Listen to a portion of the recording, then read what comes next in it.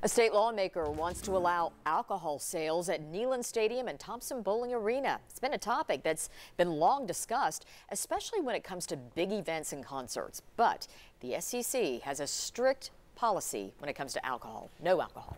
10 News reporter Stephanie Haynes joins us live from the UT campus to explain how this bill would work. Stephanie?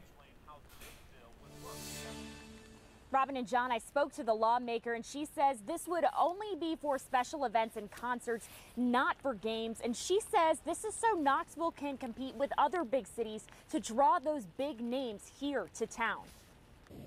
Alcohol at Neyland or Thompson Boling has long been discussed, and now that discussion is being taken up in the state legislature.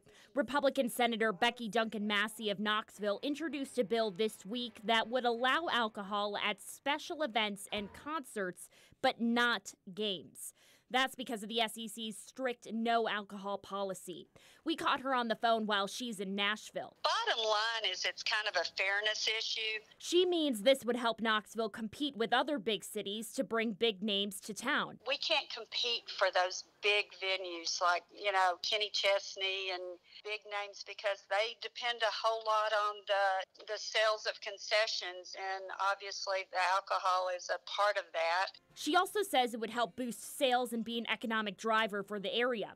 Event groups that book concerts like AC Entertainment agree that would help boost Knoxville's name. And there are a number of artists that don't want to play arenas or venues that don't serve alcohol. So that would put Thompson Boling Arena back on a level playing ground with other arenas in the region. The university says Knoxville is the only one of the 4 major Tennessee cities that doesn't allow alcohol sales at its major venue.